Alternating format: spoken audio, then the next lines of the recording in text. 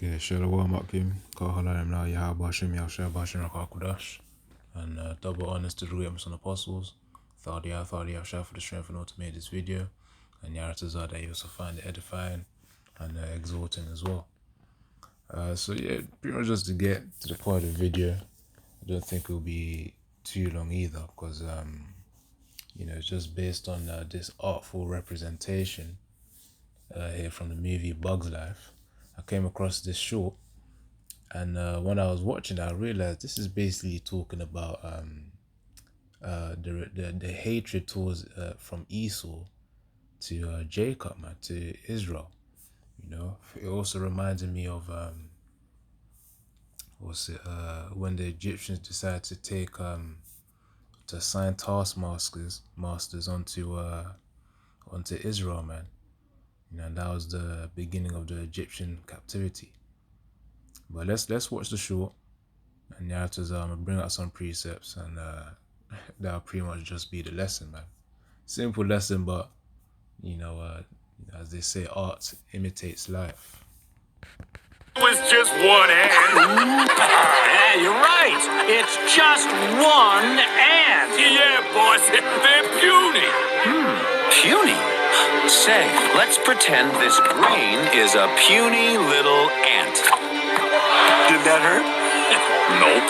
Well, how about this one? Are you kidding? How about this?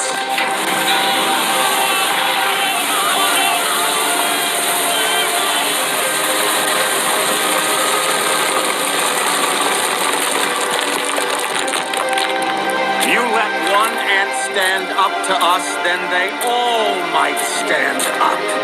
Those puny little ants outnumber us 100 to 1. And if they ever figure that out, there goes our way of life. It's not about food. It's about keeping those ants in line. It was just And that's Esau's mindset, man. The fact that he knows that Israel really outnumbers Edomites, man. Israel's seed is strong. They shall be as the sand of the sea, especially in the kingdom, man. Even right now, Jake be multiplying. But, of course, all that multiplication, especially in America, would just be towards that destruction, man. So really the point is that Jake outnumbers Esau. That's the point. And in the kingdom, it will be more prominent anyways. So yeah, let me get a precept on that. Or replay this a few more times, and yeah, man, that'll be it. Right, so this is Exodus 1:7. It says, "And the children of Israel were fruitful and increased abundantly and multiplied and waxed exceeding mighty, and the land was filled with them." So that's talking about in Egypt, by the way. Verse 8, Now there arose up a new king over Egypt, which knew not Joseph. And he said unto his people, Behold, the people of the children of Israel are more and mightier than we. You see, so this is what the new Pharaoh, the new king of Egypt said, man. He realized the people are more of us. Kind of like the way, I don't even think I've watched the full movie of Bug's Life, man, even when I was younger. Maybe one day I'll probably watch it just to see the whole thing, because typically these children movies, they do reveal truths, man. They do reveal a lot of truths. Obviously the children, it goes past their heads, but then when you rewatch them as an adult, you then realize, okay, there's some hidden meanings to this. Sometimes Esau has a symbolism inside as well, such as there's this other movie again that I watched recently, another children's movie. It's Minions. And they had the Eye of Horus there, man, or at least the symbolism of it. Where I think in the scene where I think the minions were escaping, there was an eye covered. There was a priest covering one eye, and when a person covers one eye, there's typically symbolizes the Eye of Horus, which really just goes into an idol. Obviously, you could get deeper into it, but I'll probably leave that for another day. But the point is, there's that evil symbolism, man, in Esau, which Esau puts in his movies. But anyways, this one here, is a reflection of what that short that I just played is representing. You know, the locusts and the grasshoppers representing Esau, Edom, the Egyptians. You know, in this case, in this specific chapter here, and Jake, which really represents the ants. You know, so let's see here. So verse 9, Exodus 1 and 9, and he said unto his people, behold the people of the children of Israel are more and mightier than we.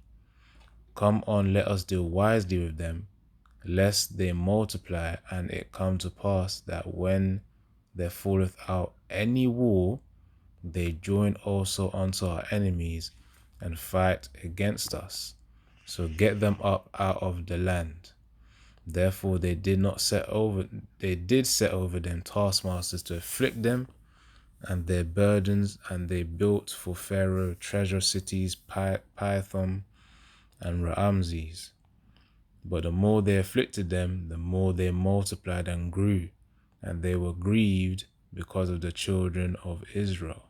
So yeah, man, as it says in verse 10, you know, come on, let us deal wisely with them, lest they multiply, and it come to pass that when there falleth out any war, they join also unto our enemies. So that new king of Egypt that didn't know Joseph, which you know, Joseph was the one who allowed Egypt to be in a prosperous state. You know, but anyways, point being is that this new king of Egypt, he realized that Israelites were multiplying, and he didn't like that idea, because he feared the fact that Israel would turn against Egypt. That's what made him put taskmasters, which the Most High put that thought within himself, you know, and an evil suspicion, you know, as the scriptures say. So anyways, it says and that's why he put taskmasters over them, man. So that's really the point, Akim, you know, on terms of Exodus 1. Well, this is really the main scripture that I wanted to bring up based on that short there. But let's get another one as well.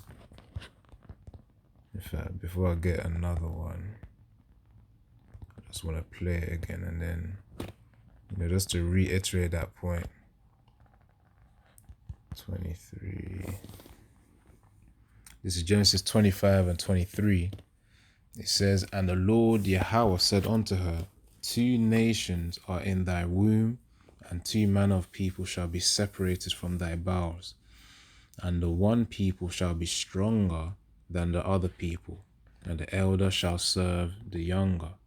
You see, so obviously the elder being Esau, because Esau came out of the womb first, and the younger being Jacob, because he came after Esau came out of the womb, you know, Rebecca. But yeah, as it says there, one people shall be stronger than the other. That's why Esau is planning that's why in all of his agendas is to really downplay Jake, man. All up to the point of the MOTB as well. He was really to try and control Jake, suppress Jake, especially the juice, the needles. Cold word there. You should know what I'm talking about during 2021 to 2022. But yeah, let's watch this again, and I'm gonna bring out another one. It was just one hand. Yeah, you're right. It's just. And really, you can even if you even think about it deeper, the locusts actually represent like the elites, you know, they're high-minded ones, and then the grasshoppers. Just one ant. Yeah, boss. And the grasshoppers would represent the lower end Edomites, man. Obviously, they're still high up there, but the ones who are not too dominant in their superiority, like they're not as intelligent, I would say, you know, as the higher level elites that have that holistic understanding, as the Most High has blessed them with that knowledge. But yeah, let's continue. Let me do that again. It was just one hand. Yeah, you're right. It's just one ant. Yeah, boss. They're puny. Puny? Say, let's pretend this grain is a puny little ant. Did that hurt? Nope. Well, how about this one? Are you kidding? How about this?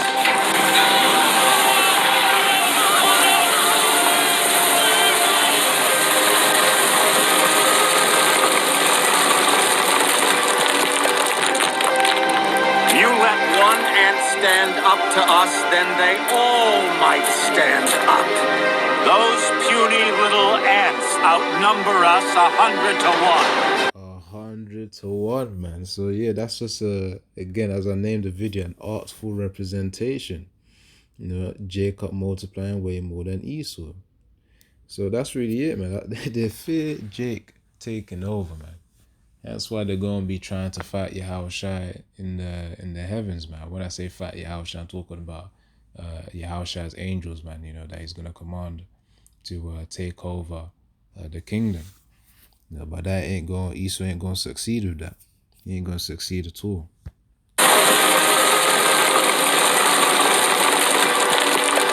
You see, you see the look of shock from the grasshoppers right there. That's gonna be. And to be fair though, you know, with these secret meetings that Esau has, you know, with his way of his tongue, you know, as it says in Psalms 55:21, you know, the way the words of his mouth were smoother than butter. Point is that Esau, you can easily see this happening in them secret meetings, man. You know, the higher up elites, you know, the higher echelons of Esau speaking on to the lower ones, supposedly lower ones, which they're still high anyways, but the supposedly lower ones, in order to influence their mind and make them realize, yeah, Jake is your enemy. You know, you can see that happening, man. Which really we are enemies, as the scriptures say. You know, that's why you know, let me get that precept as well. So this is Malachi 1:1. The burden of the word of the Lord Yahweh to Israel by Malachi. I have loved you, saith the Lord Yahweh. Yet ye say, wherein hast thou loved us? Was not Esau Jacob's brother, saith the Lord? Yet I loved Jacob. Verse 3. And I hated Esau, and laid his mountains and his heritage waste for the dragons and the wilderness. You know, so of course, remember, as the scripture said, thou that dwellest in the clefts of the rock, says in Obadiah, says in Jeremiah 49 as well. You know, so that Esau's going, Yahweh Shem Yahshua is going to destroy Esau's heritage, man.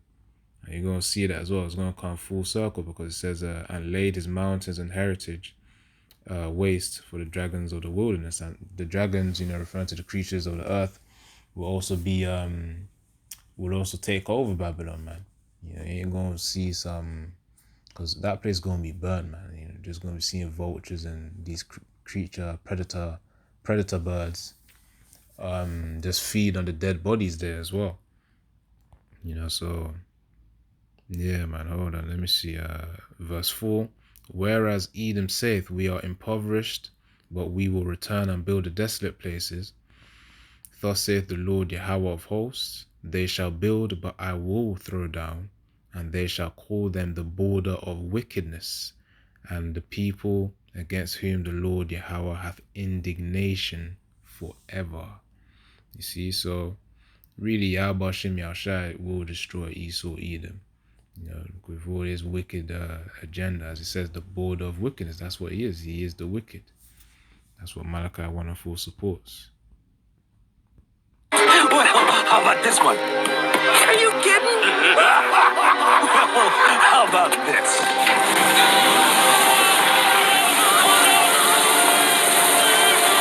You see that cold look right there, man.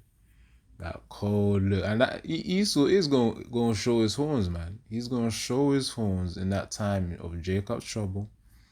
And also, of course, during the MOTB as well. Because all he cares about is himself being put on a pedestal, really made as a power.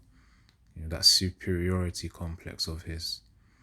You know, he only cares to control the people, to be a replacement of the Most High. That's why, again, that's why it's called the wicked, man. You know, so it's going to be a wrap for him, man.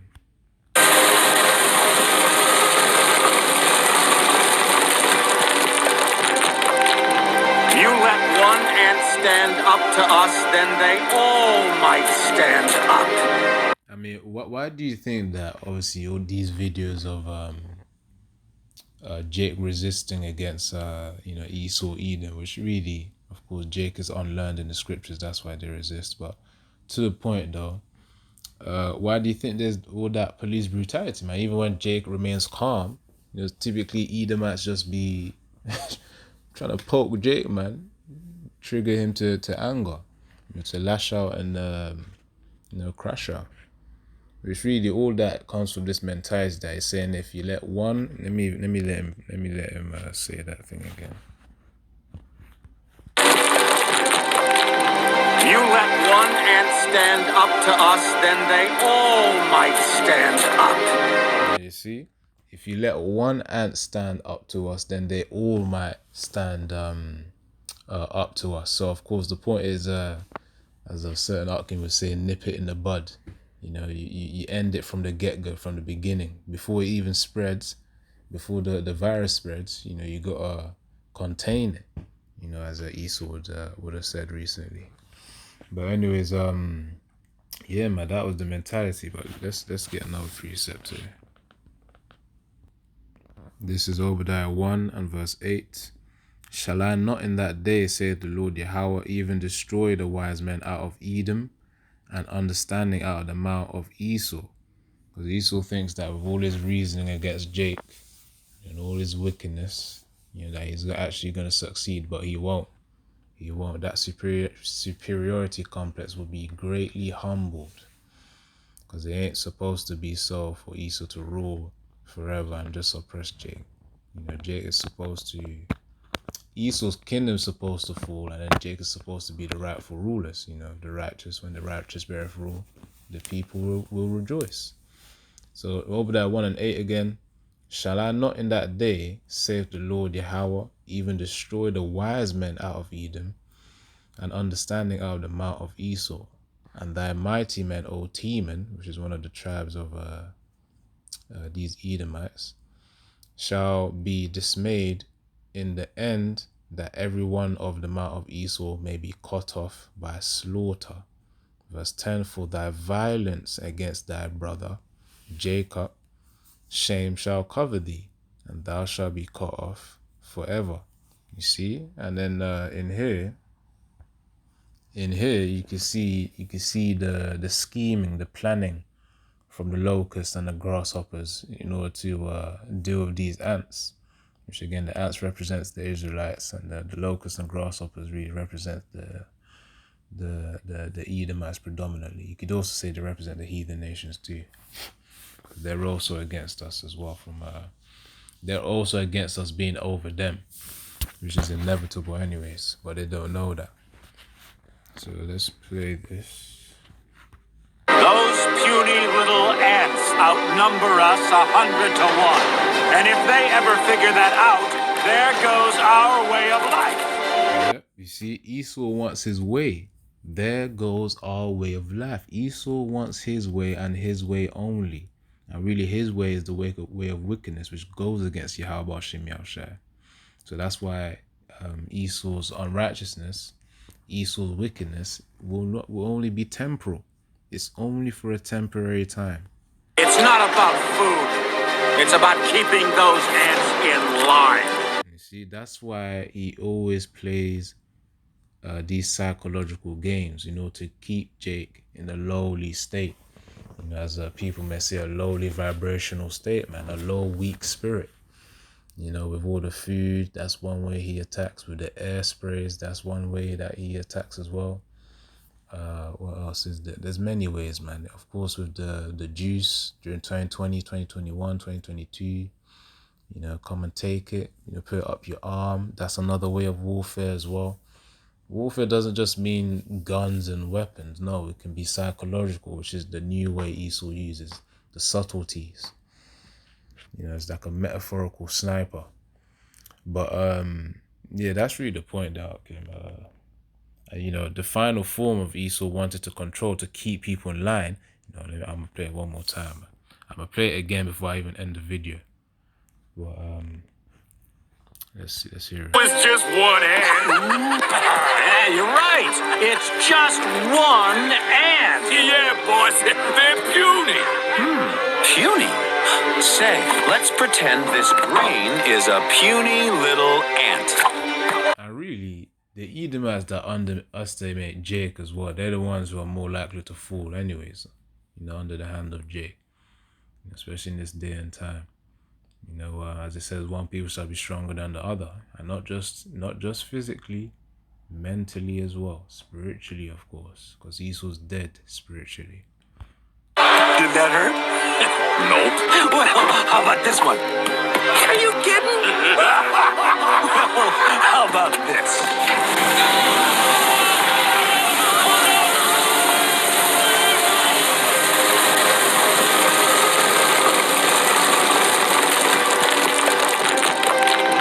You let one ant stand up to us, then they all might stand up. Those puny little ants outnumber us 100 to 1. And if they ever figure that out, there goes our way of life. It's not about food. It's about keeping those ants in line. You see, right there, it's about keeping those ants in line. Esau wants to keep Jake in line, man. He wants to put Jake in bondage again, and he's going to do that in the way the Most High has blessed him with this technology. He's going to keep Jake in line. Esau's going to keep Jake in line through this MOTB. And that's going to be the final form of attack towards Israel before, especially these 2/3, because they're going to take it, So it says in Revelation 13 and 16, and he causeth all, both small and great, rich and poor, free and bond, to receive a mark in their right hand or in their forehead. So he's going to put people in a position where it's like, damn, they're going to feel that pressure to take the MOTB. And that's why it's going to be a major test of faith for us, Akim. And Yaratazar, we reject it. And the point is that we prove our loyalty and our servitude towards Yahweh Hashem Yahushua. Now, verse 17. It says, and that no man might buy or sell, save he that had the mark or the name of the beast or the number of his name. Here is wisdom, let him that hath understanding count the number of the beast, for it is the number of a man. That's Esau, Edom. And his number is 666. That's why he has the sixes everywhere, man. Even in the companies that he makes as well, the symbolism is there. For instance, Google Chrome, that has the 3 6s. Some other applications as well, but as the scriptures say, use the world, don't be as those who abuse them. And so these tools, we still got to use them, but the point is to not take that MOTB, so we got to keep that in mind. But the point of the lesson again was the fact that, based on the artful representation here, of Esau, Edom, and their hate towards Jake, man. He wants to keep Jake in line of slavery, in that servitude mindset. He's already doing it to a certain degree with all the food and the chaos that he's sown within the Jake family, which again is still part of the curses. That's why the Most High is allowing it to happen. But all of that, is only temporary. That the timer is almost out, man. That last grain of sand in the timer is almost there to the bottom. So I'm gonna play it one more time, then I'm gonna just close it out, man. It's about keeping those ants in line. Play it one more time. It's just one ant. Yeah, you're right. It's just one ant. Yeah, boss, they're puny. Puny? Say, let's pretend this grain is a puny little ant. Did that hurt? Nope. Well, how about this one? Are you kidding? Well, how about this?